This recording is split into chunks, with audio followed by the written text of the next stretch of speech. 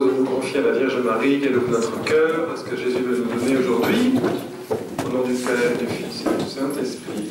Amen. Je vous salue, Marie comblée de grâce, le Seigneur est avec vous.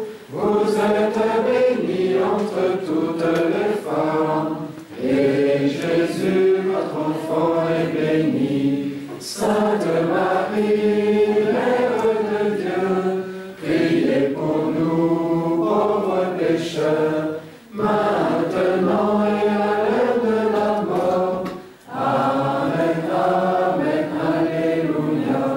Notre-Dame du Saint-Sacrement, Priez pour nous. au nom du Père et du Fils et du Saint-Esprit. Amen.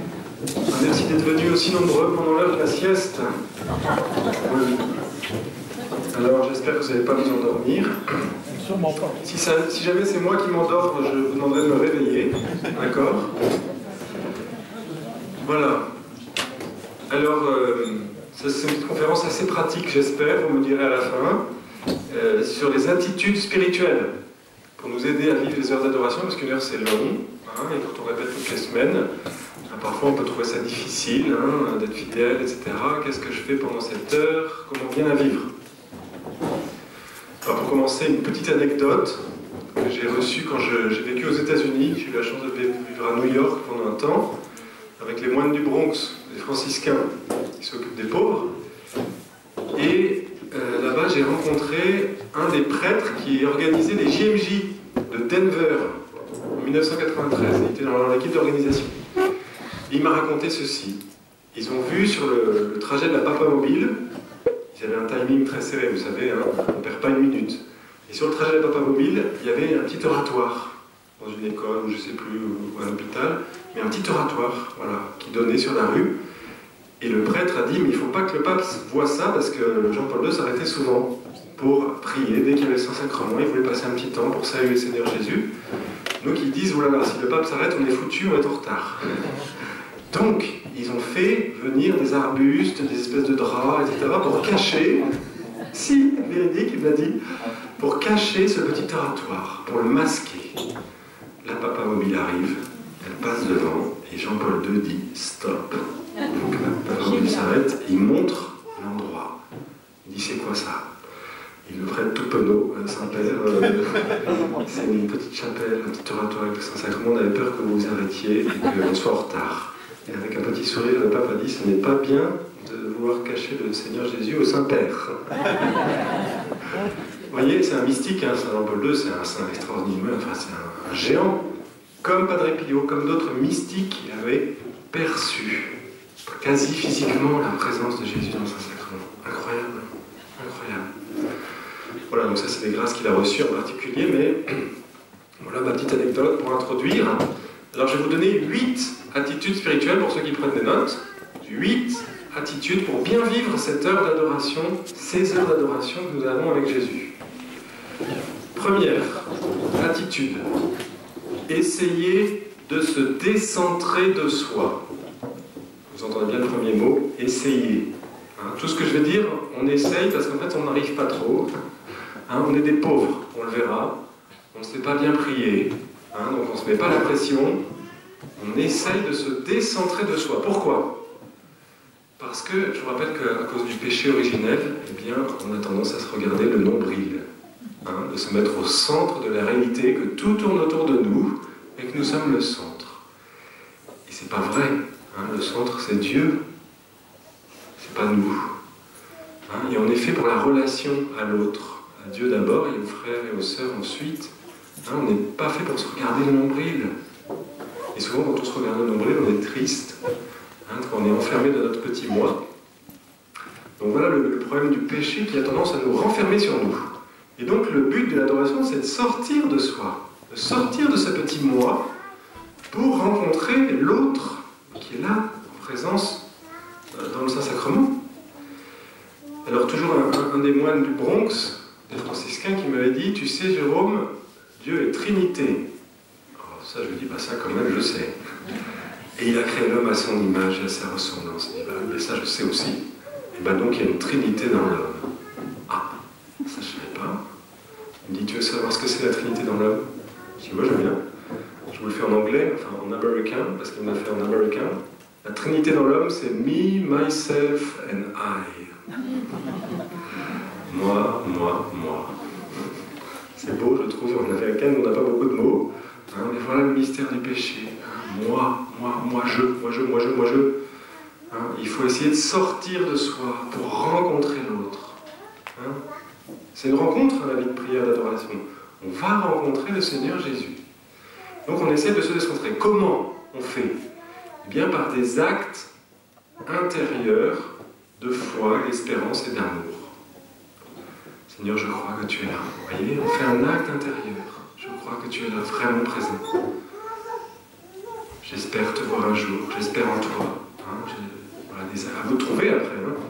Et je t'aime, Seigneur, je veux t'aimer, je veux te connaître davantage, etc. Vous voyez, des actes intérieurs qu'on pose, des actes spirituels qui nous aident à reconnaître l'autre, le tout autre, le Seigneur Jésus qui est là, qui nous aide à sortir de nous-mêmes, pour qu'il la rencontre. D'accord? Donc des actes intérieurs, on s'aide aussi de notre corps, parce que nous sommes incarnés, alors sauf si on est très malade et qu'on ne veut pas le faire, mais si on n'est pas malade, si on n'a pas de problème de santé, c'est bien de se mettre à genoux pendant un petit temps, hein, pour reconnaître cette présence de Jésus qui est là. Hein, quelques minutes ou plus, sauf bien sûr si on est malade, si on a des problèmes de jambes ou quoi, hein. Mais si on n'a pas de problème particulier de santé, c'est bien de montrer aussi par notre corps. Vous voyez, notre corps nous aide à prier. Hein, donc de reconnaître que Dieu est là, par des actes intérieurs, de l'esprit, mais aussi avec le corps, on reconnaît que Jésus est là. Alors j'ai dit qu'on faisait des actes de foi, d'espérance, de charité, mais le père Julien Aymar, Saint Pierre Julien Aymar, pardon, qui est un de mes saints préférés, c'est le saint patron de notre communauté, un prêtre adorateur. Il nous dit qu'il faut commencer par l'amour.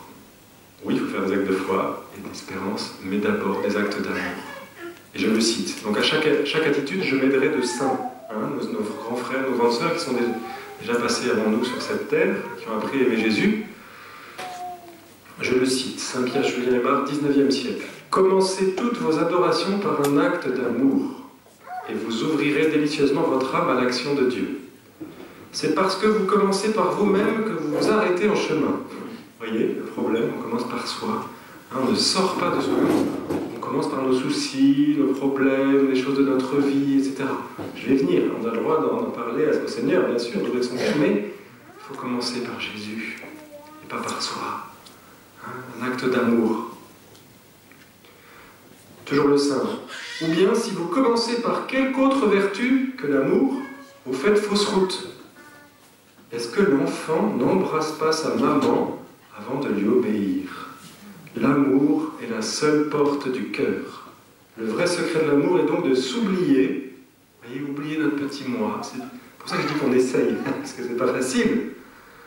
S'oublier comme Saint Jean-Baptiste pour exalter et glorifier le Seigneur Jésus. Vous voyez, Jean-Baptiste qui dit il faut que je diminue et que lui, il grandisse. Hein, tout ça, c'est lié. Voilà donc, première attitude, essayer de se décentrer, de le savoir déjà, qu'on a tendance à être centré sur soi, de dire non Seigneur, je reconnais que tu es là, je veux t'aimer, je veux t'adorer, merci Seigneur pour ta présence, etc., etc. Vous voyez, des actes qui nous aident à sortir de nous-mêmes. Ça c'était pour la première, donc se décentrer. Deuxième attitude, la simplicité. Parce que frères et sœurs, nous sommes très compliqués, hein, surtout en amour. On ne sait pas bien aimer. On a du mal, on a peur de ne pas être aimé, d'être rejeté, d'être... Voilà, on a tous nos blessures, on a tous nos histoires qui sont toutes bancales, plus ou moins. Hein, on a peur d'aimer, on ne sait pas bien faire. Et donc avec Dieu aussi, qui est amour, on ne sait pas bien faire, on a peur, on ne sait pas quoi dire, on a du mal à se comporter, vous voyez? Eh bien, il faut être simple. Parler simplement avec ce qu'on a dans notre cœur, qui on est, vraiment. Le Seigneur n'attend pas autre chose. On ouvre son cœur tel qu'il est. On lui parle simplement, comme à un ami qui est là, qui nous aime. C'est très important ça. Pas inventer des choses, des formules compliquées. Bien sûr, on pourrait citer des prières qui sont déjà composées par d'autres, mais on parle avec son cœur. Oui, on m'entend pas? Non, c'est pas ça. C'est juste une question. Je suis désolé de vous la poser. À voix haute ou dans sa tête? Ah, Et si vous êtes tout seul, vous pouvez faire ça à voix haute, mais s'il y a d'autres personnes qui adorent, c'est mieux de rester en silence. Hein? D'accord? Mais si vous êtes tout seul, vous pouvez vous adresser à Jésus avec votre voix qu'on entend, il n'y a pas de souci. Hein? Voilà, donc simplement, on lui parle simplement. Le père François Liberman, il a fondé les pères du Saint-Esprit. Il nous dit, l'adoration, voilà une grande affaire, mais une affaire bien simple. Elle doit consister en un repos simple, paisible, plein de confiance devant notre Seigneur, voilà tout. Tenez-vous devant Jésus comme un pauvre petit enfant devant son Père, pas davantage. Contentez-vous d'un regard de l'âme vers lui de temps à autre, toujours avec le désir calme d'être à lui tel que vous êtes. Ne cherchez pas davantage. Simplicité. Essayez d'être simple dans nos rapports, dans notre dialogue, dans notre manière de parler, de nous adresser à Jésus simplement tel qu'on est. Voyez?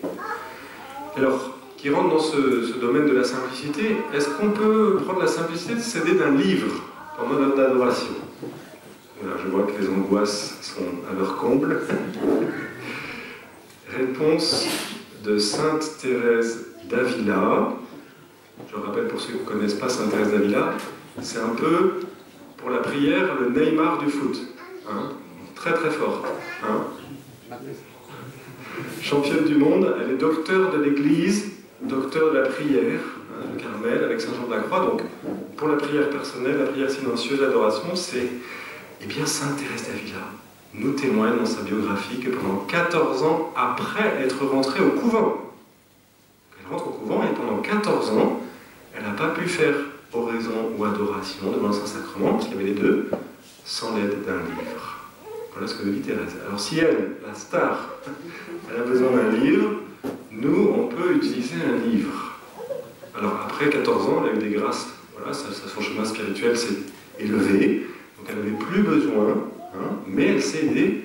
Alors, donc nous, on peut s'aider. Mais, attention, il y a quand même un piège avec le livre. C'est comme c'est un peu dur l'adoration et que c'est un peu long, 1 heure comme ça en silence, à ne rien faire, je vais y venir après, eh bien on peut avoir la tentation de fuir dans notre livre.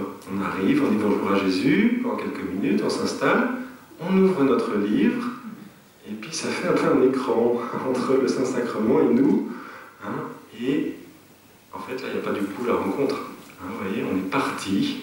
On a fui la difficulté, parce qu'il y a toujours un peu de difficulté dans la vie de prière, hein, c'est un combat. Et donc, ne cédons pas à la tentation de fuir dans le livre.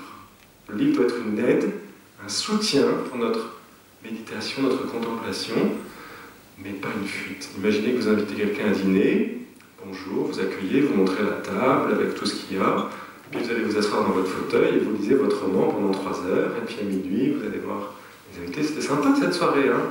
Bah, pas trop, on n'a pas trop parlé. Hein, donc le livre, oui, mais pas écran. Attention à la tentation de fuir dans le livre. Alors, sur 1 heure, moi je dis 15-20 minutes de lecture, pas plus, vous voyez, en 2 ou 3 fois, hein, vous voyez, que ce soit une aide pour nous soutenir. Hein. Alors quel livre? On ne prend pas le journal de l'équipe, ça c'est sûr, hein, on ne prend pas de roman, on prend quoi, à votre avis? L'Écriture sainte d'abord, l'Évangile, oui, hein, c'est ce que disent beaucoup de saints, en présence du Seigneur Jésus, du Verbe fait chair, glorieux qui est devant nous, on lit la parole de Dieu. On lit l'Évangile, parce qu'on apprend à connaître Jésus par sa parole qui est là devant nous, vous voyez, donc c'est vraiment indiqué de méditer une petite péricope, un petit passage de l'Écriture, de l'Évangile. Il ne faut pas lire 3 chapitres ou 5 chapitres, hein. Un petit passage, un petit épisode, hein, de 15 lignes, enfin, vous voyez, c'est divisé dans la Bible. Hein. On en prend un qu'on médite pendant l'heure, un peu au début, un peu au milieu, un peu à la fin. Vous voyez l'idée, quoi. Hein, je ne donne pas de minutes précises pour quoi faire, mais il ne faut pas que ça prenne toute l'heure, hein, sinon on a loupé la rencontre avec Jésus. Hein, donc l'Écriture sainte, et puis des livres de spiritualité sur la vie d'un saint, on peut, bien sûr, un petit passage, des livres qui parlent de l'Eucharistie, de saints qui aiment beaucoup l'Eucharistie, Charles de Foucault, Saint-Pierre-Julien Marc, que je vais citer souvent, vous voyez, des saints qui parlent de l'Eucharistie, on peut s'aider de ça. Hein, mais attention au piège. Il y a un piège dans lequel je tombe parfois. Seigneur, pardon, oui, je crois que je suis parti un peu trop longtemps dans mon livre. Hein. Donc, une aide, mais pas un obstacle. Voilà pour le deuxième point, la simplicité, avoir la simplicité de céder d'un livre pour nous aider. Troisième point, ne pas avoir peur de sa pauvreté. Parce que frères et sœurs, si vous ne l'avez pas encore découvert, nous sommes des pauvres. Nous ne savons pas prier. Nous ne sommes pas des bons chrétiens. Le principe de la vie spirituelle, c'est de découvrir que nous ne sommes pas des bons chrétiens, mais dans la paix et la joie parce que nous sommes aimés par Jésus. Jésus aime notre pauvreté. Ça, c'est dur à comprendre. Parce que le monde dans lequel on vit, il faut qu'on soit fort pour être reconnu, accepté, aimé. Il faut être fort, il faut réussir, il faut être performant, il faut être bon, quoi. Avec Jésus, c'est pas comme ça, heureusement. Donc, n'ayons pas peur de notre incapacité à prier. Seigneur, je ne sais pas prier. Et bien, c'est très bien. Regardez ce que dit Pierre-Julien Aymar. Lui passait beaucoup d'heures chaque jour. Je crois qu'il passait 3 heures chaque jour à l'adoration, ce prêtre. Il nous dit, rappelez-vous bien que notre bon Jésus préfère la pauvreté de notre cœur aux plus sublimes pensées empruntées aux autres. C'est beau, hein? Il préfère la pauvreté de notre cœur. Il continue, c'est souvent le fruit d'un subtil amour-propre, de l'impatience ou de la lâcheté, de ne pas vouloir aller à notre Seigneur avec sa propre misère ou sa pauvreté. Et c'est cependant ce qu'il préfère à tout, ce qu'il aime, ce qu'il bénit. Quel sauveur nous avons, hein? Jésus, il bénit ma nullité. Je ne sais pas prier, c'est ça qu'il veut. Viens, c'est ça que j'aime. Donne-moi ton pauvre cœur, tu ne sais pas prier, c'est ça que je veux. Quelle merveille! Ce qu'il aime, ce qu'il préfère à tout, ce qu'il bénit. Alors pas d'excuses, ah mais je ne sais pas prier. Eh bien justement, tu es le parfait candidat pour la prière silencieuse, pour l'adoration. Tu ne sais pas prier, c'est toi que je veux. Voilà ce que nous dit Jésus. Donc n'ayons pas peur de ne pas savoir prier, de ne pas savoir quoi dire, de nous ennuyer un petit peu ou beaucoup. C'est pas grave. C'est pas grave. Ah oui, on sait d'un livre pour nous aider, mais en fait on reste pauvre. Je ne sais pas bien prier, et bien c'est pas grave. C'est ça que Jésus veut. Quelle merveille, hein? Merci Seigneur. Alors une autre, pas sainte encore, mais un jour peut-être, c'est Catherine de Bar. En religion, c'est une sœur, mère Mechtilde du Saint-Sacrement. Elle a fondé une congrégation de bénédictines adoratrices perpétuelles. Donc très focalisée sur l'adoration. Elle dit ceci. Soyez fidèles à demeurer en la présence de Dieu sans pouvoir rien faire. La question qu'on me pose à chaque fois, mon père, qu'est-ce que je fais pendant 1 heure? Eh bien, la réponse de Mère Mechtilde, rien. Et ça, c'est dur pour nous. C'est dur pour nous. Parce qu'on est dans un monde, encore une fois, qui fait, qui produit, qui fabrique, qui est rentable, qui est efficace, il y a des résultats. Il n'y a pas de résultats, t'es viré. Mais ce n'est pas la logique de Dieu du tout. C'est la logique de la gratuité chez Dieu. Et donc pour nous, modernes, c'est dur. Parce que ça va contre. On est formaté, même si on est chrétien et fervent, etc. On vit dans ce monde-là.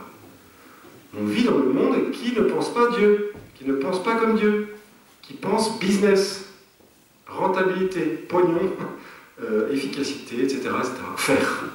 Tu as fait? Fais voir. Je peux voir. Ok, c'est bon. T'as rien fait? Il n'y a rien? Ah ben non. C'est pas... Vous voyez? Avec Jésus, c'est pas comme ça. Et heureusement. Elle continue. N'ayez point de répugnance d'être en la présence de Dieu sans rien faire, puisqu'il ne veut de vous que le silence et l'anéantissement. Vous ferez toujours beaucoup lorsque vous vous laisserez et abandonnerez sans réserve à sa toute-puissance. Soyez fidèles en ce point, ne vous affligez pas de vos distractions. Laissez-les passer et demeurez humblement au pied de Jésus. Alors, distraction, vous voyez, même les saints, ils en ont. Donc, nous aussi, on en a. Qu'est-ce que ça révèle, nos distractions? Ça révèle que notre cœur, il n'est pas complètement donné à Jésus. Quelles sont les types de distractions? Je vous dis les miennes, personnellement, j'ai encore quelques idoles. Le foot, Paris Saint-Germain. Et donc, parfois, je pense à l'équipe qui va jouer le prochain match. Et voilà, je suis attaché encore. Le Seigneur me montre. Voilà, alors j'essaie de m'en détacher. Mais elle dit, il faut les laisser passer. Parce que le piège de la distraction, c'est qu'on se rend compte qu'on est parti. Alors on est parti où moi c'est un peu dans le foot de temps en temps, mais ça peut être à la cuisine, avec nos enfants, avec notre mari, avec les choses à faire, avec... vous voyez? Et bien c'est pas la fin du monde. On les laisse passer. Ah Seigneur, tu as vu, j'étais parti à la réunion, dans ma réunion de boulot pour dans 2 jours, ou je sais pas quoi, vous voyez? Pardon Seigneur, je reviens à toi. C'est ça qu'il faut faire. Parce que si on la poursuit, eh ben, elle va nous emmener loin de Jésus. Si on veut la faire disparaître complètement, on tombe dans le piège. Donc il faut la laisser passer. Et ça fait partie de la pauvreté aussi. Seigneur, voilà ma pauvreté. J'ai mes distractions, je te les offre. Je suis là. Donne-moi la grâce de ne plus être distrait. Je reviens à toi, je te montre ma bonne volonté. Voilà. Mais donc on ne s'affiche pas en disant « Oh là là, mais j'ai des distractions tout le temps !» Hein, malheureusement, voilà, quand on sera saint, on aura peut-être moins de distractions. Enfin, ça ne viendra peut-être pas de notre cœur qui est attaché aux choses, mais c'est peut-être le démon qui nous mettra des choses dans notre tête. Hein, mais donc voilà. Distractions, elles sont malheureusement inévitables et on essaie de les laisser passer. On ne les poursuit pas. Donc tout ce que je dis, c'est un peu contre l'activisme et le monde dans lequel on vit. Hein, mais je vous rappelle une parole extraordinaire de Saint Jean de la Croix, donc un ami de Sainte Thérèse, hein, docteur de l'Église aussi, qui dit, vous savez qu'il y a des étapes dans la vie spirituelle, hein, pour être uni à Dieu complètement, hein, il y a des purifications, il y a tout un cheminement, et quand on arrive au bout, eh bien, on fait énormément de bien, sans faire forcément beaucoup de choses à l'extérieur. Saint Jean de la Croix. Le plus petit acte de pur amour, ça c'est les actes qu'on pose quand on est bien avancé dans la vie spirituelle, a plus de prix aux yeux de Dieu, il est plus profitable à l'Église et à l'âme que toutes les autres œuvres réunies. Et oui. L'amour pur, un acte d'amour pur intérieur que personne ne voit, a plus de prix que toutes les œuvres réunies qu'on a pu faire pendant des années. Ce qui compte, c'est notre union à Dieu. La fécondité de notre vie, c'est notre union à Dieu, c'est pas ce qui se voit. Alors bien sûr, on a des choses à faire, quand on est prêtre, on a l'apostolat, on a géré une paroisse, bien sûr, mais tout découlera de notre union intime à Jésus. C'est le primat de la contemplation. Et ça rayonne, voyez. Dieu agit sans qu'on s'en rende compte. Il va toucher les cœurs, par une parole, un sourire. Mère Teresa disait qu'il faut faire l'apostolat du sourire. Sourire aux gens, avec un amour vrai. Et ça, c'est possible seulement si on est uni à Jésus. Qu'il règne dans notre cœur, qu'il est le maître. Vous voyez, qu'il nous donne sa charité. Un sourire, un regard de plein de douceur. Ça fait plus de bien que 12 000 activités qui sont faites dans l'excitation générale, sans être unis à Dieu, en râlant. Ça m'arrive souvent, parce qu'il y a des choses à faire aussi. Je râle. Hein, et là, on ne porte pas de fruits. On porte du fruit quand on est uni à Jésus. C'est Saint Jean-Paul II hein, qui nous dit qu'adorer, prier, se mettre en silence, c'est pas de l'oisiveté. Hein, c'est pas de l'oisiveté. Il a cette parole très forte, Jean-Paul II, il ne suffit pas que les catholiques reçoivent l'Eucharistie, il faut aussi qu'ils la contemplent. L'amour est enflammé en nous, l'amour est renouvelé en nous, donc ce ne sont pas des heures passées dans l'oisiveté, parce que Jésus travaille, je vais y venir dans un instant. Quand nous nous isolons de notre travail, de nos activités, ce n'est pas de l'oisiveté, nous dit-il. Ce sont des moments, des heures, lorsque nous entreprenons quelque chose qui constitue le sens le plus profond de notre vie, de notre travail et de nos activités. Nos efforts, s'il n'y a pas d'amour, alors tout devient inutile. Quand nous consacrons du temps, notre temps à la prière, à méditer le mystère de l'amour, pour le laisser rayonner dans nos cœurs, nous nous préparons de la meilleure façon possible pour tout type de service, pour toute activité, pour tout travail charitable. Hein? La clé, c'est mettre les choses dans l'ordre.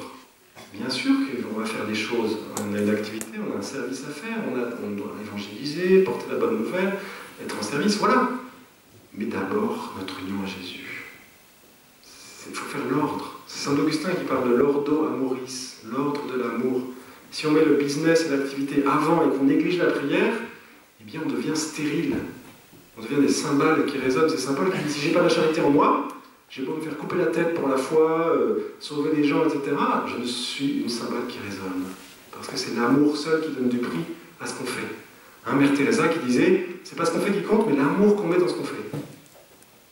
C'est pas ce qu'on fait qui compte, c'est l'amour qu'on met dedans.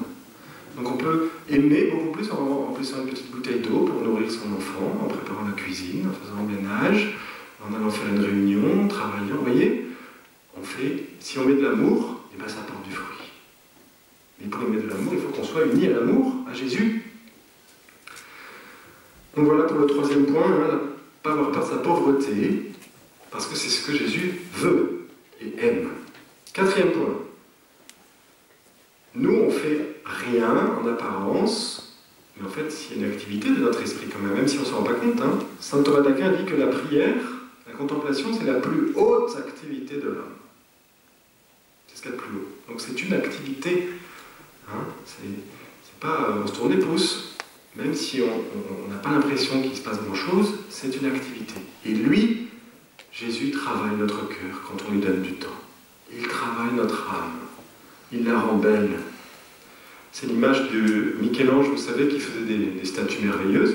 Un jour, il demande comment vous faites pour faire une magnifique statue à partir d'un bloc de marbre, tout simple.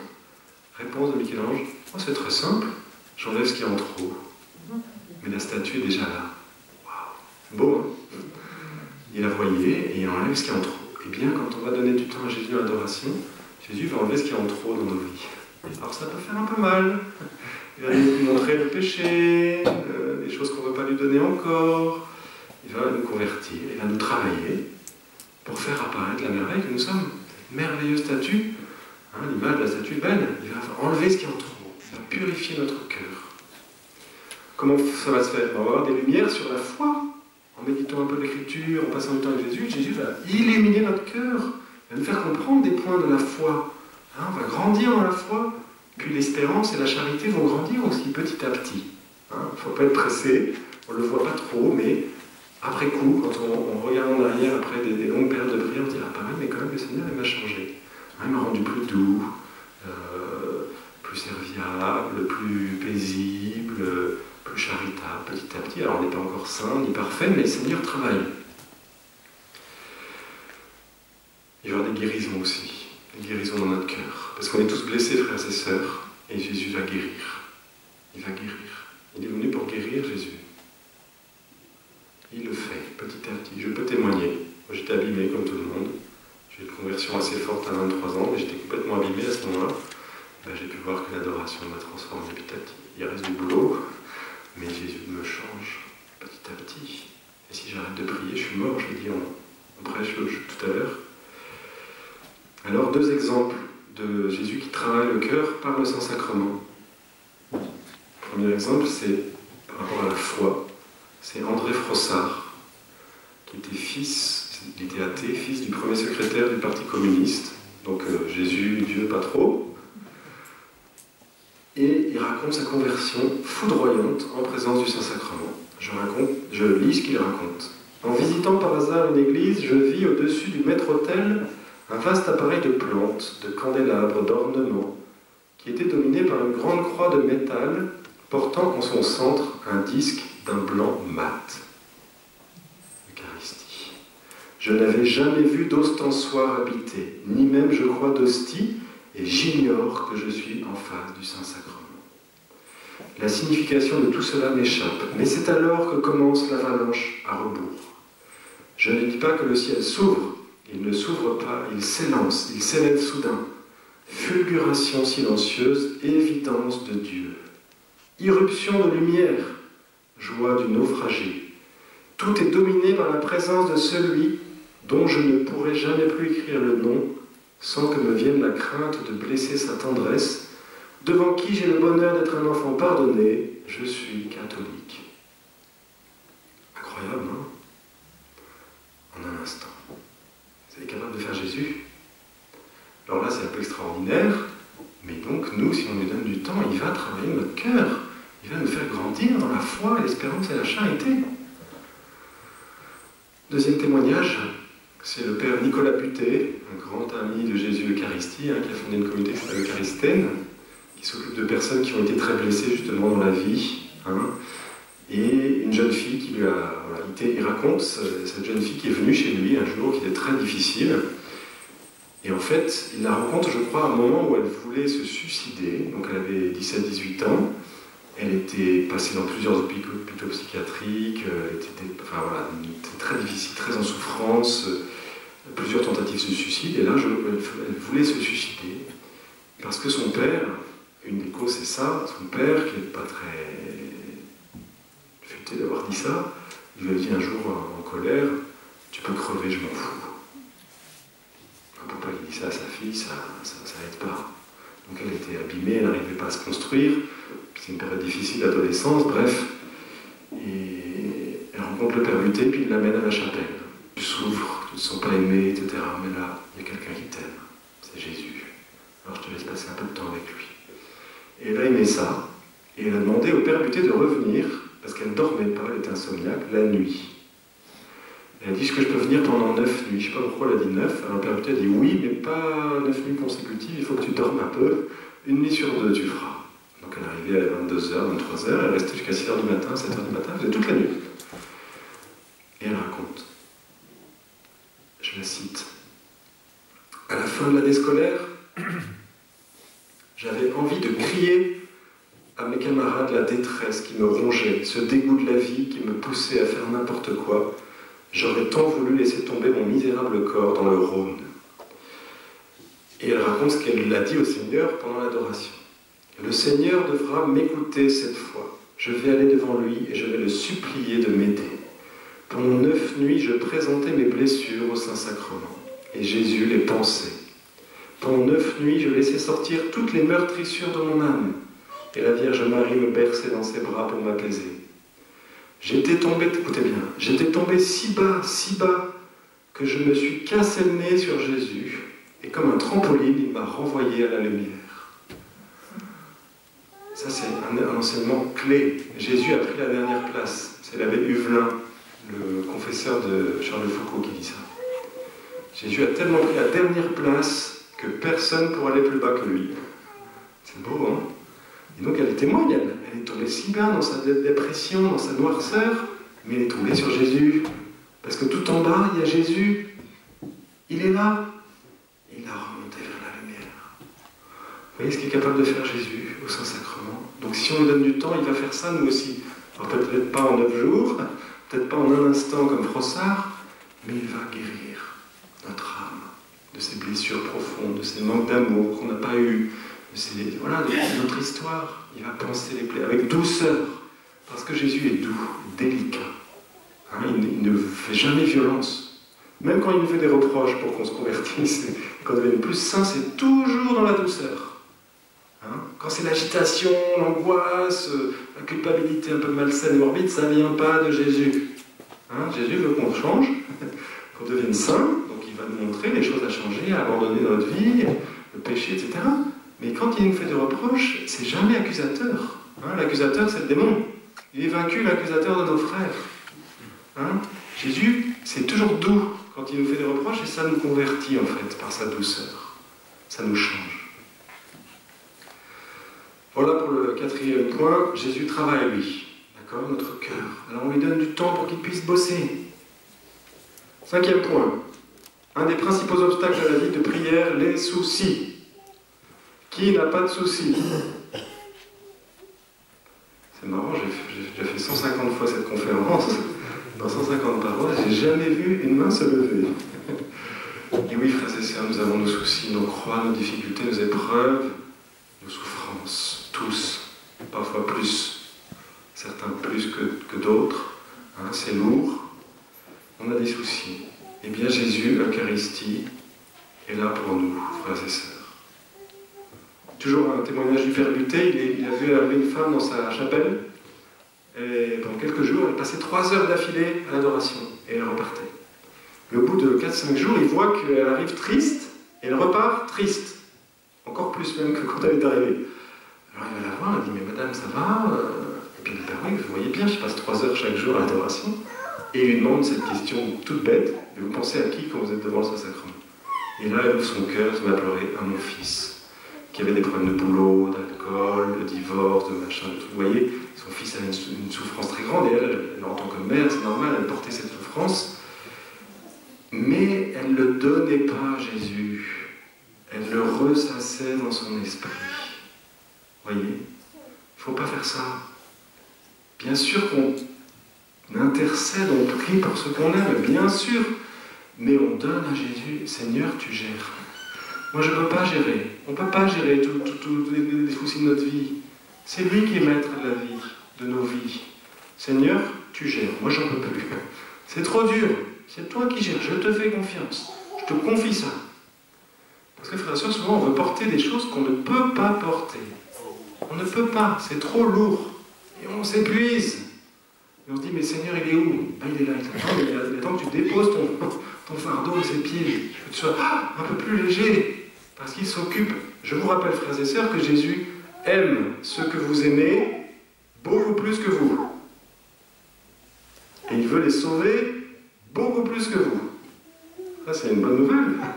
On peut faire confiance à Jésus, qui est tout-puissant, qui est la providence. Et ça, frères et sœurs, c'est un point qui a disparu de la théologie, dans certains secteurs de la théologie. On n'y croit plus trop à la providence. Mais Jésus s'occupe de nous dans les moindres détails de nos vies. Ça demande un acte de foi, ça c'est sûr. Et je vous cite le catéchisme qui a été fait par Saint Jean-Paul II et Benoît XVI. Le témoignage de l'Écriture est unanime, la sollicitude de la divine providence est concrète et immédiate. Elle prend soin de tout, des moindres petites choses jusqu'aux grands événements du monde et de l'histoire. Avec force, les livres saints affirment la souveraineté absolue de Dieu dans le cours des événements.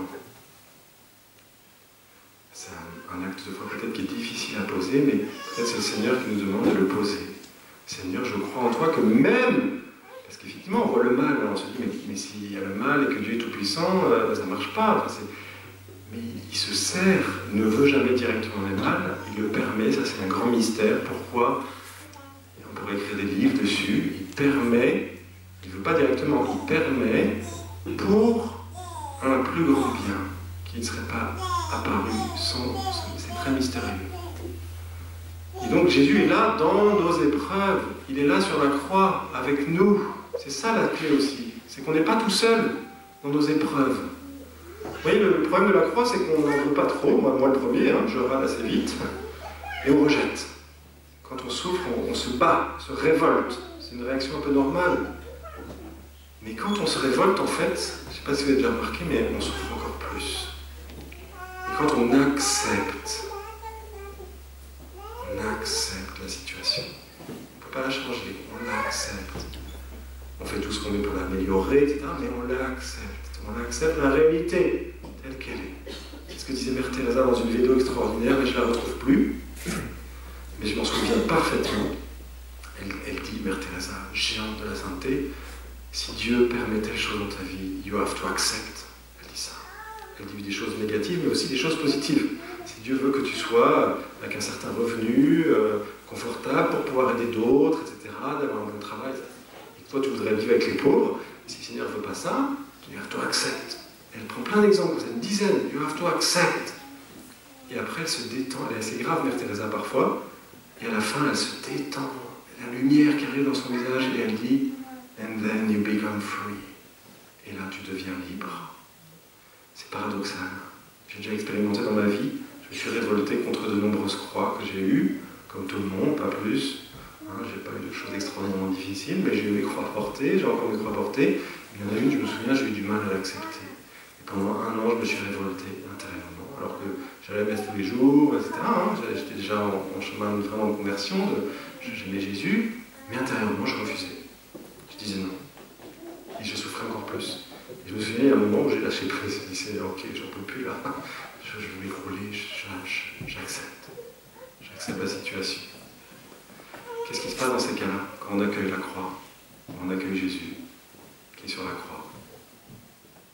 Et donc si on la rejette, eh ben on n'accueille pas Jésus dans la vie. Parce que Jésus veut porter ma croix et ta croix avec toi. Il veut la porter avec toi. Et nous, on veut la porter tout seul. Et c'est trop lourd. Alors que si on accueille Jésus, on accueille la situation, Seigneur, viens m'aider. Ok, j'accepte. Et bien là, c'est plus léger parce que Jésus est là et il porte avec nous notre croix. Parce qu'il a porté, sur Golgotha, il a porté toutes nos croix. Donc on l'accueille. Et notre regard va changer. changer. Quand on confie tout ça au Seigneur, nos soucis, eh bien, peut-être qu'en arrivant, notre souci, c'était une montagne extraordinairement haute, on va ressortir, la situation n'a pas changé, hein, il y a toujours la difficulté, la croix, l'épreuve, mais notre regard aura changé parce qu'il regardera plus avec les yeux de Dieu, et beaucoup plus dans la paix, parce qu'on sait que Dieu est là, au cœur de cette situation. On n'est pas tout seul, le pire c'est de se croire tout seul, abandonné, de devoir gérer la situation, mais Dieu est là. C'est vrai que c'est des actes de foi, hein.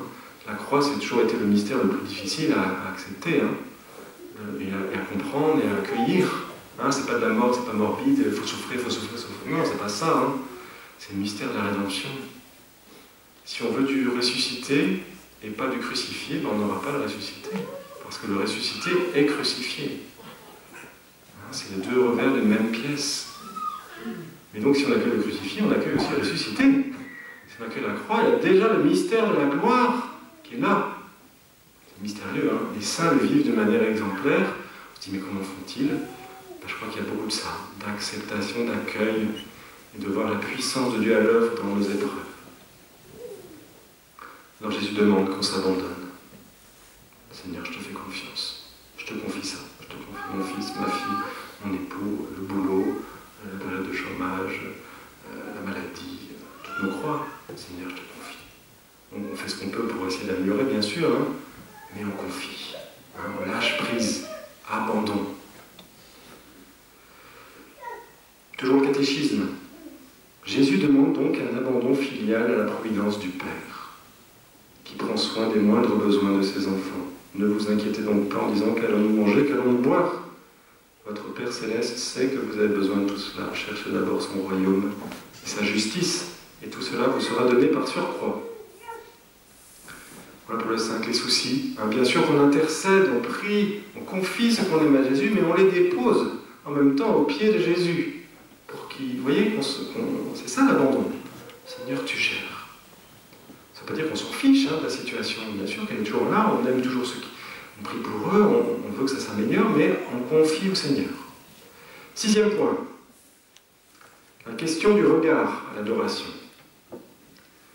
Et là, j'ai un petit témoignage à donner, personnel. Alors, j'ai pas toujours été très très pieux. J'ai une vie malheureusement un peu dissolue jusqu'à 23 ans et demi. J'ai eu la grâce d'une rencontre assez forte avec le Seigneur Jésus à Chartres, dans la crypte. Voilà, un instant fulgurant qui m'a complètement changé. Pour ça que je suis venu comme ça devant vous, et que je suis prêtre. Je n'y aurais jamais pensé avant. J'ai rencontré l'amour de Jésus. Et ça change tout. Ça déchire tout, comme diraient les jeunes.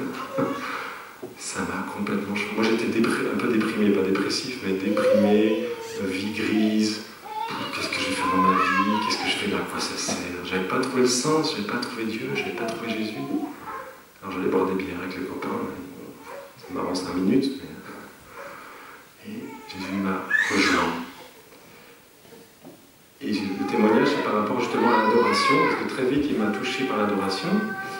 Avant ma conversion, il avait déjà commencé à travailler mon cœur, mais je m'en étais pas rendu compte. Donc j'étais au lycée Saint-Grégoire à Tours, et l'aumônier c'est un aumônier de la communauté Saint-Martin, qu'on a eu pendant 1 an ou 2, ou 3, je ne sais plus, et il a organisé une nuit d'adoration.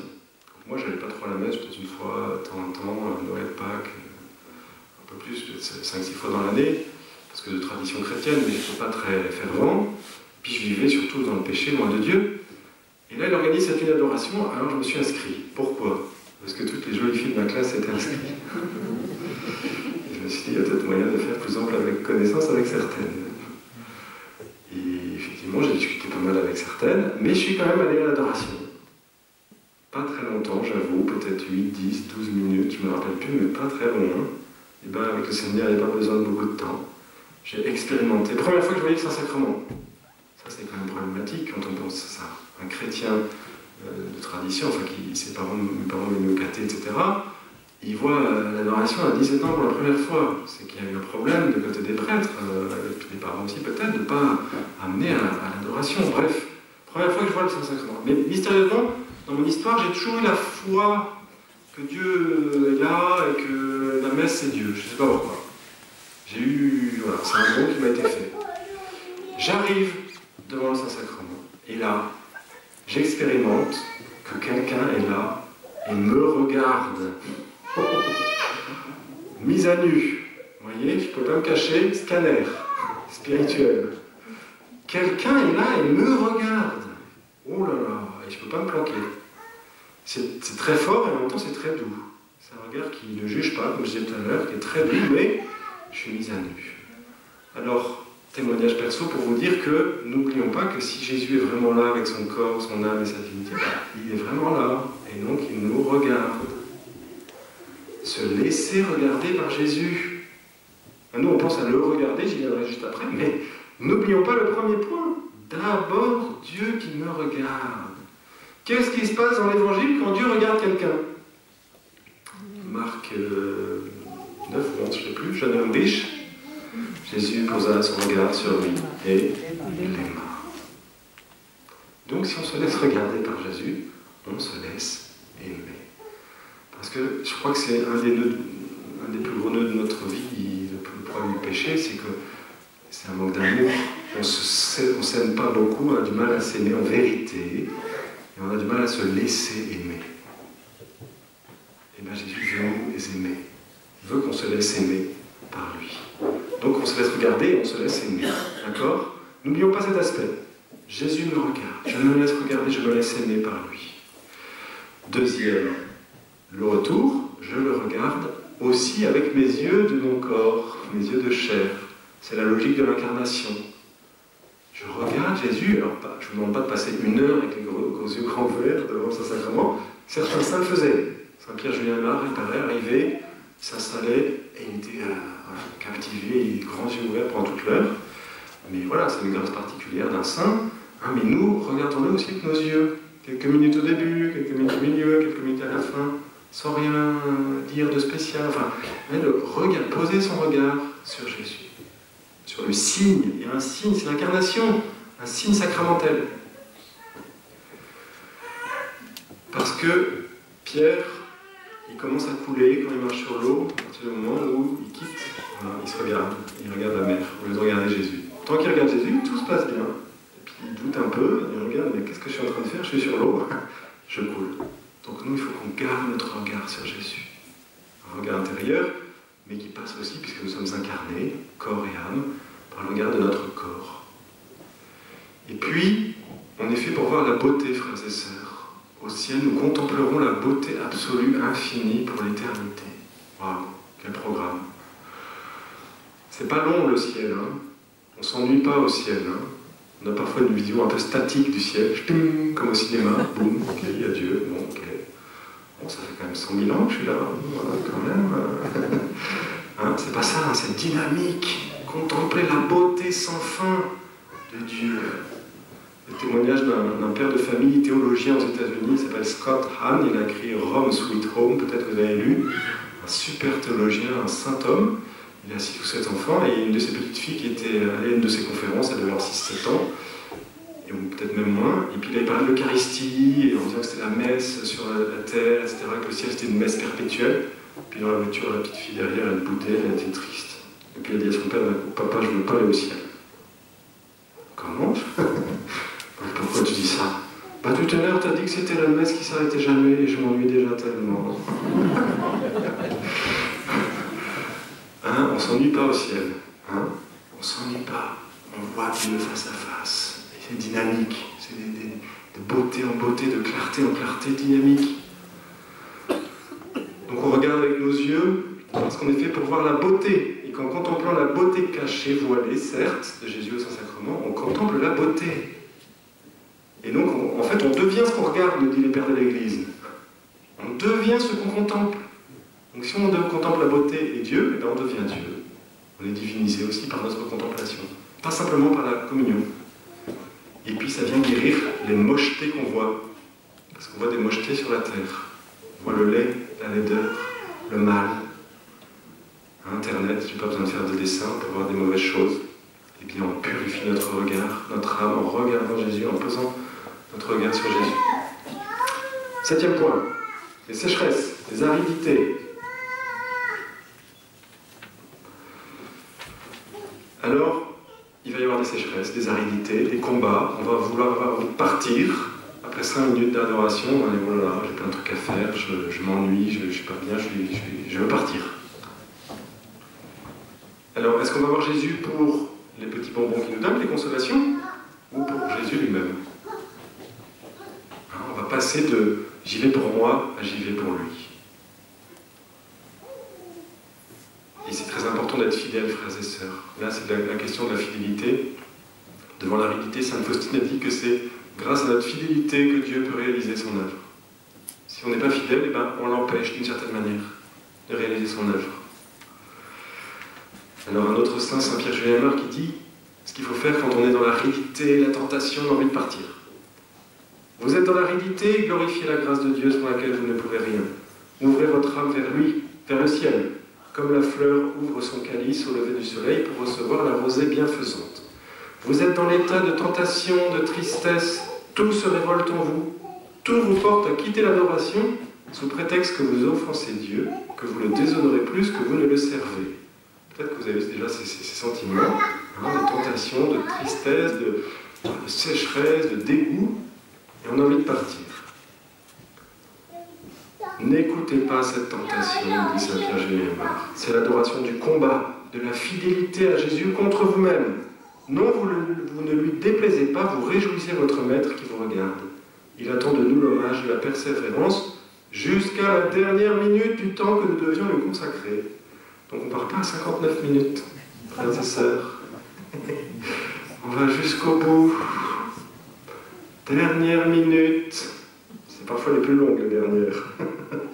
Parce qu'en plus, Jésus est heureux quand on va vraiment jusqu'au bout. Alors certains spirituels disent vous donnez même une minute supplémentaire. 1 heure et 1 minute. Pour montrer que vous êtes venus pour Jésus et pas pour vous.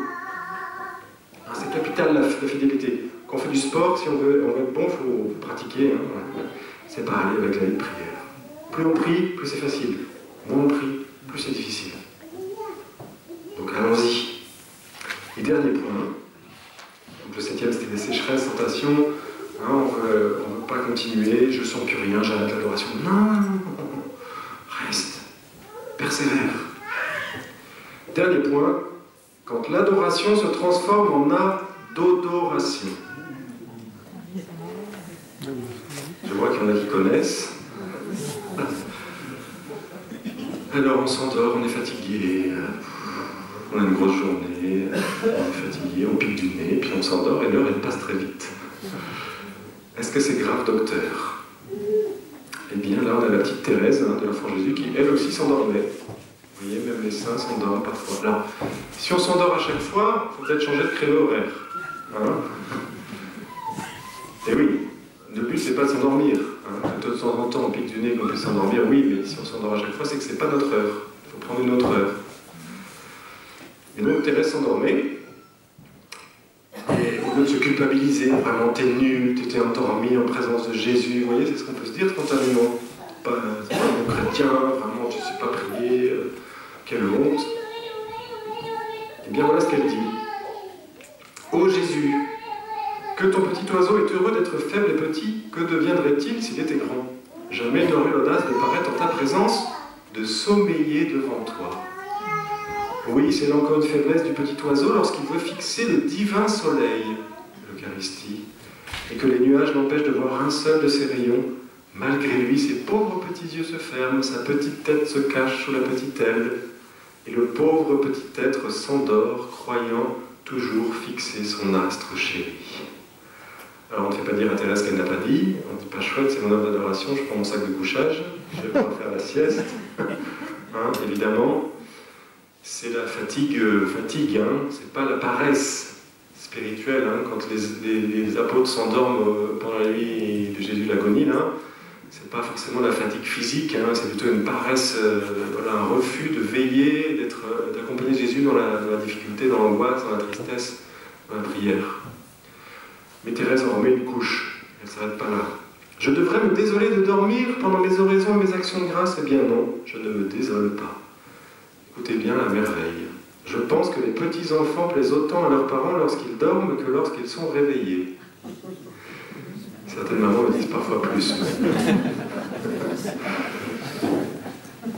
Je pense que pour faire des opérations, les médecins endorment leurs malades. Peut-être que le Seigneur a permis que vous piquiez du nez pour qu'il ait un peu la paix. Qu'il puisse travailler tranquille votre cœur. Enfin, je pense que le Seigneur voit notre fragilité, qu'il se souvient que nous sommes poussière. Et il cite le psaume 127, « Dieu comble son bien-aimé quand il dort ». Hein, donc bien sûr, on ne fait pas dire à Thérèse qu'elle n'a pas dit, c'est pas un moment de paresse, de repos, mais voilà, parfois on est fatigué. Moi, ça m'arrive au moins une fois par semaine, je pense, de piquer du nez, hein, on prie tous les jours avec les prêtres. Moi, je ne suis pas trop du matin, je pique un peu parfois du nez le matin. Ben, c'est pas la fin du monde. Merci Thérèse. Hein, c'est pas la fin du monde. Voilà, j'en ai terminé avec mes 8 points. Est-ce qu'il y a une ou deux questions, peut-être? Je vais ouvrir une ou deux questions. Oui? Moi, je n'ai pas une question, j'ai juste une petite phrase de Thérèse d'Avila que vous devez connaître, mais qui m'a bien consolée. Elle disait, mais Jésus, en 1 heure, je suis partie 17 fois dans les distractions. Et Jésus lui dit, oui, mais tu es revenu 17 fois. Donc une parole de Thérèse, oui, pour les distractions, qui est très belle. Elle s'excusait auprès du Seigneur Jésus, Thérèse d'Avila, hein, donc pas la petite, mais pas la grande petite, mais la grande grande. Et elle dit, je suis partie 17 fois, et Jésus, mais oui, mais tu es revenu 17 fois. Hein, le principal, c'est de revenir. Oui? Il faut faire une prière de début ou une prière de fin, ou pas? Est-ce qu'il faut faire une prière de début et une prière de fin? On peut, oui, bien sûr, c'est tout à fait indiqué de faire une prière au début, une prière de fin. Dans les actes de foi et de charité, c'est un peu une prière qu'on peut faire hein, au début, ça c'est sûr, ça y ressemble. Et puis en partant aussi, bien sûr, hein, on salue notre Seigneur, on passe quelques temps peut-être encore à genoux si on peut, et puis on fait une prière de fin, oui, bien sûr. Hein. Oui? Oui. Est-ce que la priorité est au silence ou à la parole que l'on peut donner ou au dialogue? Oui, alors la prière est un dialogue, hein, Thérèse d'Avila, un dialogue avec celui dont on se sait aimer. Mais pour qu'il y ait un dialogue, il faut qu'il y en ait un qui parle et l'autre écoute, et après l'autre se tait et l'autre écoute. Hein, donc je pense qu'il faut faire moite-moite au moins. Si on rabâche des trucs toute l'heure, on manque quelque chose d'essentiel. Cette partie un peu plus difficile où on se met en disposition d'écoute, hein, pour essayer d'entrer dans le silence. Hein, je vous rappelle, le silence est capital pour nous. Hein, on est dans un monde bruyant, Internet est bruyant, la vie est bruyante, on a besoin des oasis de silence. Hein, et l'adoration, ça en fait partie, d'aller voir Jésus en silence. On trouve Jésus en silence, hein, c'est ce que dit Saint Jean de la Croix. Il dit, Dieu a dit une seule parole dans son Verbe, le Fils, Jésus. Et il le dit de toute éternité dans un silence éternel. Je cite approximativement. Celui qui veut l'entendre et l'écouter doit lui-même entrer dans ce silence. Voyez? Parce que Dieu parle dans le silence, très mystérieux. C'est une parole dans un silence. C'est une parole, mais dans un silence. C'est mystérieux, hein, c'est la manière de Dieu de parler. Donc nous, il faut qu'on apprenne à faire silence. Alors il y a le silence extérieur, on se tait, mais si c'était si simple que ça serait bien, mais après il y a le silence intérieur, et ça c'est plus difficile et plus long. Hein, le combat contre nos pensées, qui partent dans tous les sens, hein, c'est Thérèse d'Avila qui dit, elle appelle sa pensée, les idées qu'elle a, la folle du logis, non pas la fée du logis, la folle. Je parle dans tous les sens, hein, c'est difficile. Et on a tous une folle du logis là-haut, hein, et c'est un apprentissage pour calmer toutes ces pensées, ce bruit intérieur, pour rentrer dans le silence. C'est pour ça qu'on conseille 1 heure, et qu'on dit 1 heure d'adoration, et pas 30 minutes ou 20 minutes. C'est déjà bien, en fait, en soi 20 minutes, 30 minutes, mais en fait, souvent la première demi-heure, ou pour un quart d'heure, enfin, c'est pour faire calmer tout ce bruit. Donc si on part, on a à peine calmé le bruit qu'on part, vous voyez, alors que la deuxième partie, c'est justement le moment où on s'est mis un peu en silence, on a pu rentrer un petit peu dans le silence, et là on profite beaucoup plus. Oui? Justement, quoi faire quand on rentre dans la conversation et là on essaye d'écouter? Et il ne se passe rien. Et on non, rien. Ça je me doute que il ne se passe rien. Après, ça dépend pour qui, certainement. Mais justement, vous parliez de comment ça penser. Et ce qui est vachement, je pense, difficile. Déjà dans la prière à la maison, il y a des moments où on pense ça va être l'heure de faire à manger. Voilà, c'est la distraction, bien sûr. Et effectivement, limite, moi je m'agace de. Oui. Ah, c'est pas possible, Ben je oui. suis partie ailleurs. Bienvenue au club. Voilà. Donc justement, pendant ce silence, au début, quand finalement c'est une gymnastique, on n'est pas... Ouais, alors c'est pas vraiment une technique ou une gymnastique, c'est aussi une grâce à demander. Hein, et puis la répétition, vous voyez, plus on mais prie... c'est à penser, si quand on ne doit rien dire, il ne faut pas penser. Non, je ne dis pas qu'il ne faut pas penser, mais normalement, on doit focaliser notre esprit sur la présence de Dieu, vous voyez, et méditer l'Écriture va nous permettre justement cette pensée qui part dans tous les sens, d'être focalisé sur un aspect de la vie de Jésus. Ça va déjà un peu calmer tout ça. Hein, mais ce n'est pas une technique. On ne peut pas appuyer sur un bouton et ça s'arrête, malheureusement. Oui. Mais ça, c'est l'apprentissage. Voilà, c'est notre pauvreté aussi, d'accueillir la pauvreté et de ne pas râler intérieurement en disant j'ai ces pensées, je ne voudrais pas les avoir. Ça fait partie de l'apprentissage de la prière, de trouver qu'on ne prie pas bien, trop bien, c'est déjà bien. Parce qu'un prêtre m'a dit un jour, au début où je commence à prier, il m'a dit première qualité d'une prière, Jérôme, c'est la prière qui est faite. Hein, il ne faut pas être juge de sa prière. C'est bien de vouloir bien prier, faire de son mieux et d'être vraiment pour le Seigneur, mais avec ce que j'ai dit, il faut accueillir sa pauvreté, cette incapacité vraiment. Hein, et puis le Seigneur va donner des grâces, et puis il y aura des moments où vraiment les puissances de notre âme vont être en silence, disent Saint Jean de la Croix. Et là, c'est une œuvre, plutôt une action plutôt de Dieu. Au début, c'est nous qui sommes plutôt actifs et qui avons un peu de mal, mais ça fait partie du processus. Et puis quand on est fidèle pendant un certain temps, quelques années, le Seigneur va commencer à agir lui plus directement, d'accord, pour calmer. Donc, la première qualité, c'est de donner ce temps, et avec la répétition, normalement, on arrive à une certaine... et puis alors, autre chose qui aide, une fois qu'on est sorti de la chapelle, c'est bien d'essayer aussi d'avoir une vie pas ultra bruyante, vous voyez, d'avoir une espèce d'atmosphère. Voilà, on est dans le monde, hein, mais peut-être de couper la radio le soir ou Internet, de ne pas passer des heures à la télé jusqu'à pas d'heure, de prendre un livre, vous voyez, pour avoir une atmosphère de pas trop de bruit. Alors je sais bien que c'est pas facile, hein, moi le premier, je dois me battre. C'est un combat aussi, le silence un peu général, mais c'est sûr que si il y a juste notre heure d'adoration qui est calme et que tout le reste, dans tous les sens, à fond, partout, avec du bruit, ça ne va pas nous aider. D'accord ? Donc peut-être l'autre étape, une fois qu'on a ces heures d'adoration qu'on a mis en place, c'est d'essayer de trouver d'autres espaces à l'extérieur plus calmes. En voiture, par exemple, on ne met pas la radio, on sort son chapelet. Moins de bruit. Vous voyez, on peut trouver. Alors si vous voulez 5 heures, je ne vous demande pas de faire 5 heures de chapelet, mais...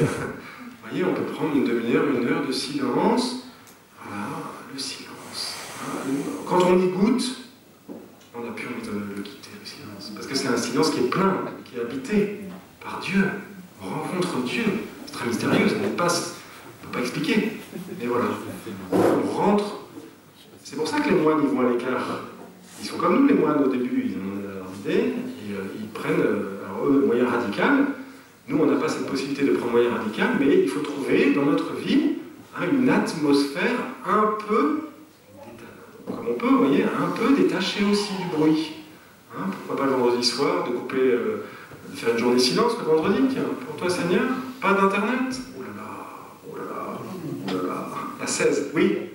Est-ce que ça a un sens de dire ton chapelet devant l'adoration ? Oui. Alors, je rappelle que Saint Jean-Paul II était un grand ami de Jésus-Eucharistie, un grand ami de Marie, les deux vont ensemble. Et il rappelle dans son encyclique ou son document sur le rosaire que le rosaire est une prière christocentrique. Quand on prie Marie, on regarde Jésus avec Marie. C'est ça la prière. Vous voyez, Marie, on se met avec maman Marie, on regarde Jésus. Donc oui, méditer les mystères de la vie de Jésus en présence du Seigneur Jésus, ça a du sens. En tout cas pour moi.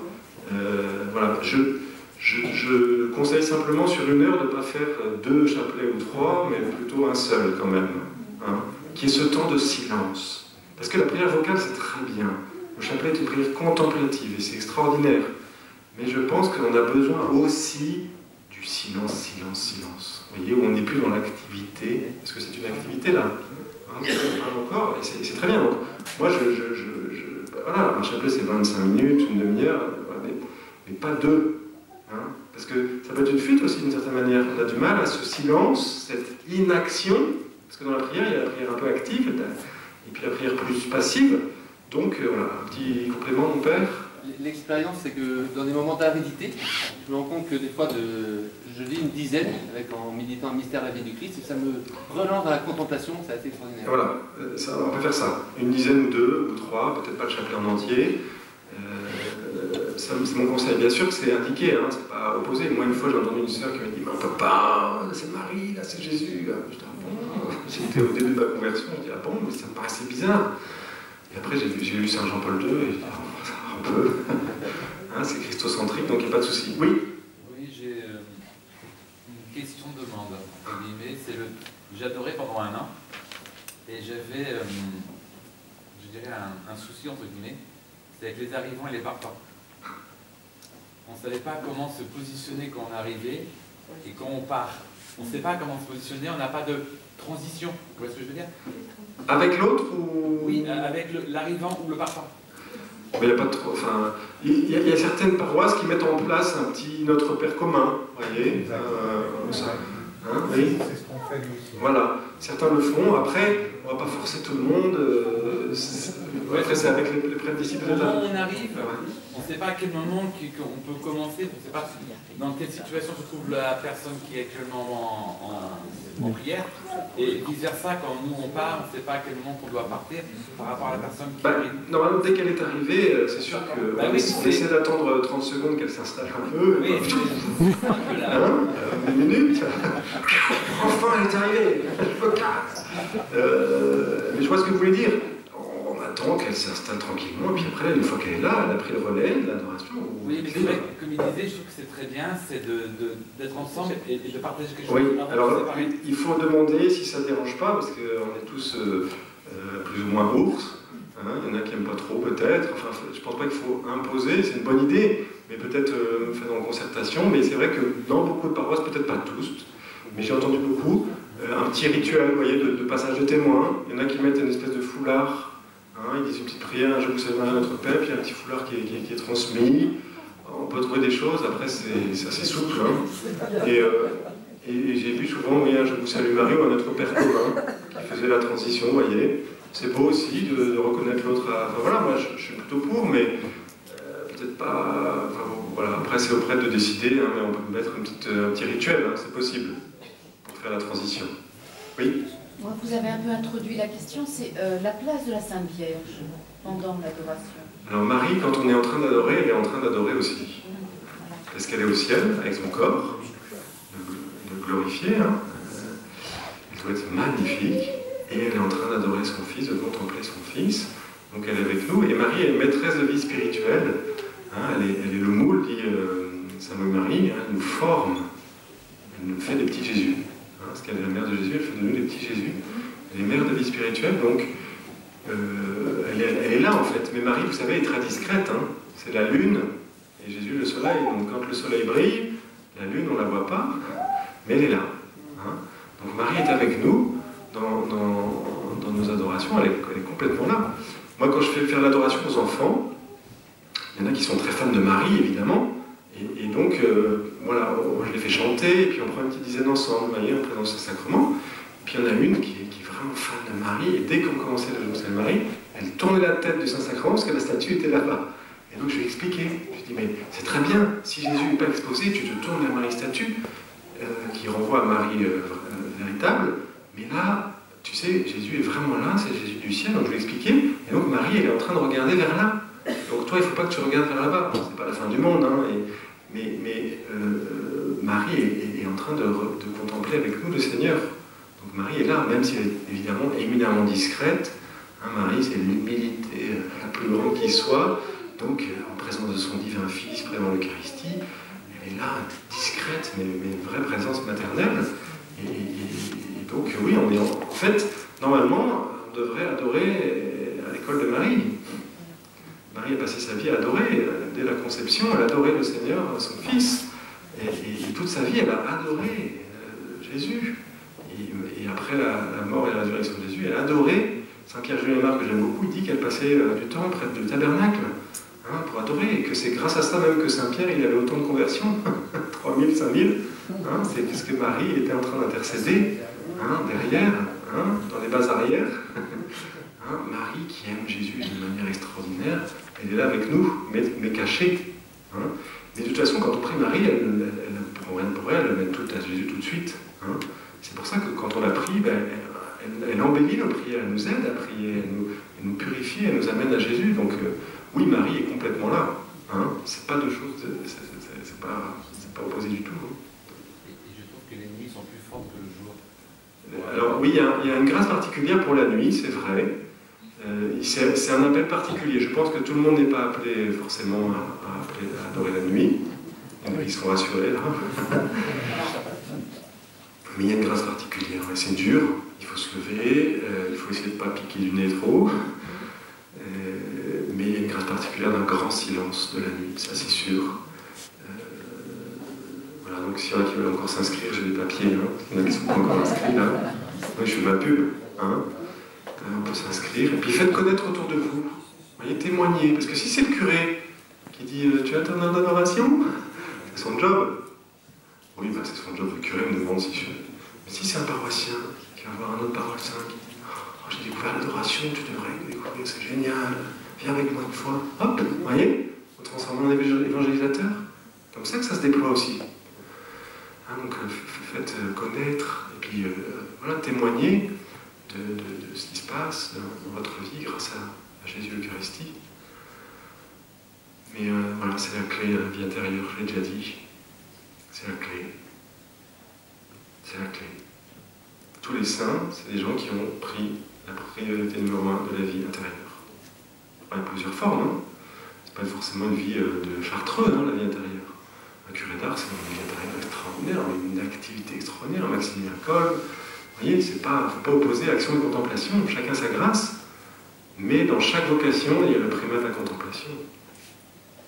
Par rayonnement. Et j'ai une image que j'ai déjà dit à quelques-uns, que m'a donné un franciscain dans le Bronx. Eux, ils priaient beaucoup, hein. C'était 5 heures dans la chapelle, chaque jour.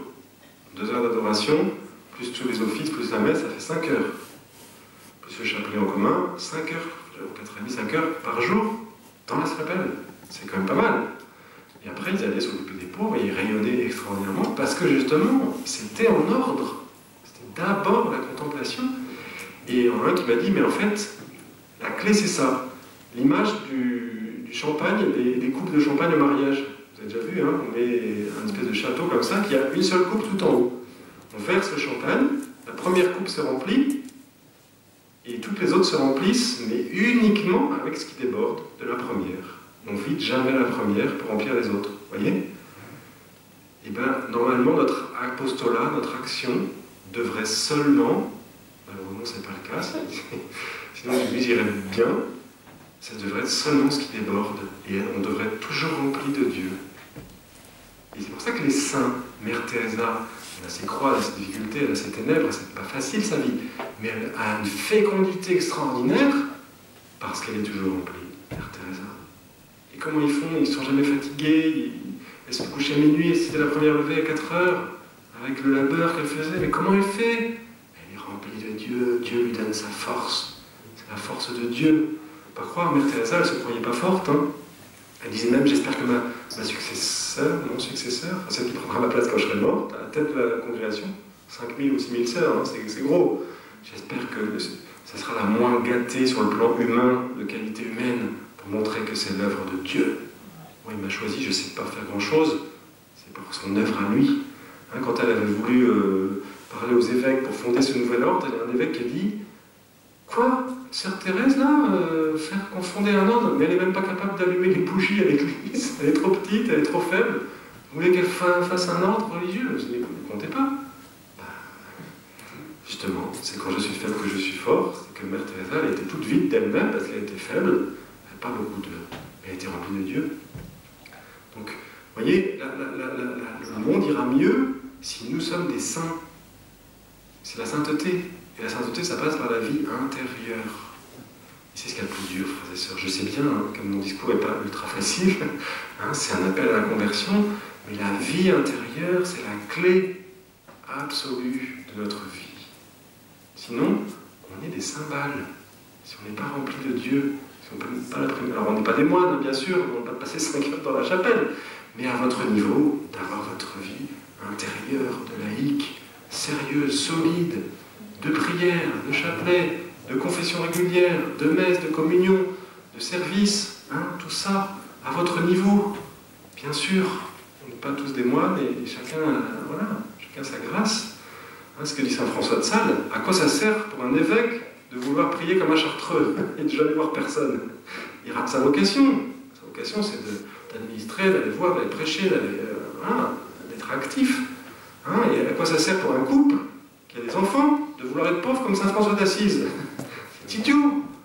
Et il a besoin de sous pour nourrir les enfants, pour la maison. Vous voyez, chaque vocation est une vocation à la sainteté. Une fois qu'on l'a trouvée, eh bien on prend, hein, et on n'essaie pas de copier l'autre. Hein, le prêtre curé de paroisse qui veut être chartreux, bah, c'est la cata. Hein. Il faut qu'il rentre en chartreuse, pas qu'il soit curé. Il faut être discret à ce jour quand même. Pardon? Il faut être discret, je trouve, à ce jour. Pour la vie de prière? Ouais, et puis il ne faut pas trop l'afficher. Oui. Parce que des fois, les gens ont un jugement. Oui. Des fois, il est plus facile de se dire qu'on est du Espagne que d'être chrétien. On est moins. Alors, la discrétion est une vertu très très importante dans la vie spirituelle. Hein, donc ça, vous avez tout à fait raison. C'est pas parce qu'on a une vie spirituelle forte qu'on va le crier sur les toits. Précisément, si on crie sur les toits, c'est qu'elle est peut-être pas très forte, cette vie spirituelle. Hein, si on dit ouais, moi je prie, moi je prie, moi je prie, moi je prie, en fait c'est qu'on prie peut-être pas tant que ça. Hein. Bien sûr qu'il ne faut pas se la raconter. Hein. Discrétion, c'est ce que dit Jésus. Va dans ta chambre, ferme la porte dans le secret. Et seulement ton Père le voit. Alors, normalement, ça va se voir à l'extérieur un jour ou l'autre. Les gens vont être touchés. Les gens qui ont rencontré Mère Teresa, ils étaient touchés. Parce que ça rayonne. Mais elle ne disait pas, regardez, regardez, regardez, qui je suis. Non. Et donc je comprends, oui, il faut pas le claironner, c'est sûr. Mais on est là aussi pour témoigner. Hein. Et donc, voilà, oui, j'ai découvert que dans ma vie, depuis que je suis un peu plus sérieux sur la vie intérieure, le silence, la prière un peu régulière, et ben, ça change, et donc on peut le témoigner autour de soi, etc. Hein, mais vraiment, c'est la clé absolue d'être dans le ciel, le cœur à cœur avec Jésus, près de Dieu dans la vie intérieure. Moi, je le dis souvent, hein, si j'arrête l'adoration, moi j'ai une grâce d'adoration, j'ai une communauté où on adore beaucoup, c'est une grâce, ça m'a été donné. Parce qu'avant, je priais jamais avant ma conversion. Jamais j'aurais passé du temps en silence, j'avais trop peur de ce qui allait se passer, j'étais dans l'angoisse, bref. Et si j'arrête l'adoration, si j'arrête la vie intérieure, eh ben je quitte le ministère. Dans 1 an, dans 2 ans, dans 3 ans, dans 5 ans, dans 10 ans, j'en sais rien. Mais qui me comble? C'est Jésus. Qui est mon époux? C'est Dieu, c'est Jésus, l'époux de mon âme. L'amour de ma vie, c'est lui. Donc si j'entretiens pas ça, si je ne suis pas dans le cœur à cœur le plus possible de mon mieux, eh bien, c'est lui qui me comble. On est comblé par Dieu, petit à petit, même si on ne ressent pas trop. Parfois, un petit cadeau de ressenti, oui, merci Jésus. Mais ce n'est pas le critère. Hein, donc c'est pareil pour vous, hein, parce que je vous rappelle que même si on est marié, notre relation à Dieu doit être première. Première. Parce que c'est pas contradictoire, c'est plus on aimera Dieu en vérité, mieux on aimera son conjoint. Hein, sa femme et son mari, on aimera mieux. Parce que souvent on attend de l'autre des choses qu'il ne peut pas donner. On attend de son mari, de sa femme, qu'elle donne l'amour de Dieu, en fait, sans le savoir, sans l'avoir compris vraiment. On attend tout de l'autre. Tu es tout pour moi. Ben non. Tu es une créature finie, imparfaite, pécheresse, égoïste. Et mon cœur est fait pour l'infini, parfait, absolu, extraordinaire. Donc si j'attends que l'autre qui est imparfait, je ne suis pas en train de dénigrer l'amour, hein, juste dire qu'il y a 2 niveaux. Hein. Si j'attends de l'autre sans penser à Dieu et sans me nourrir de l'amour divin, sans avoir cet amour, je vais essayer de remplir mon cœur qui a soif d'infini par des choses qui sont finies, donc ça va complet. C'est ça le principe de l'addiction dans nos vies, de la drogue, de tout. Les gens qui veulent toujours gagner plus d'argent, travailler plus, la carrière plus grande, le plaisir plus de femmes, plus de trucs. C'est parce qu'ils se trompent. Ils veulent combler un désir infini par des choses finies. Et ça ne comblera jamais. Jamais. Seul Dieu peut combler nos cœurs. Et une fois qu'il est comblé, je peux aimer mon mari beaucoup mieux. Parce que j'attends plus trop de lui qui me comble. Bien sûr qu'il comble aussi la nature, la grâce ne détruit pas la nature. Hein, bien sûr que l'époux, il a une grandeur, une beauté très, très, très haute, mais il est fini. C'est un être fini. Et on est fait pour l'infini. Donc comparer le fini, si grand soit-il, avec l'infini, ben, on ne peut pas comparer. Donc d'abord notre vie intérieure avec Jésus. Et ensuite, on aimera beaucoup mieux, beaucoup plus dans la paix, plus de pardon. Et on aimera mieux, parce qu'on aimera en Dieu, en Jésus.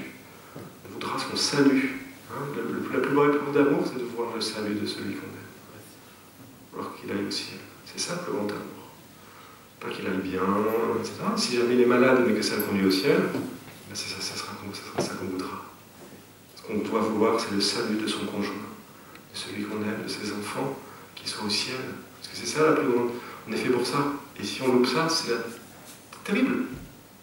On a loupé le principal, d'être séparé de Dieu pour toujours. C'est terrible. Hein, Dieu ne veut pas ça. Hein. Il veut sauver tout le monde. Et donc on doit désirer nous aussi le salut pour son conjoint. C'est ça, aimer. In fine, c'est vouloir Jésus pour l'autre. Vouloir que l'autre soit complet par Jésus complètement. C'est ça, aimer son mari. Et on y participe par notre amour en allant. Voilà, mais je parle beaucoup là. Hein. Le temps passe. Je vais vous mettre en retard tout le monde.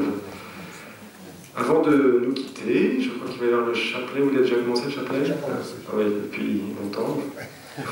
Oups, excusez-moi, c'était un peu plus long que prévu. Enfin, la conférence, je l'ai fait à peu près dans les temps, mais après, il y a des bonnes questions. Juste un peu de pub, je suis désolé, hein.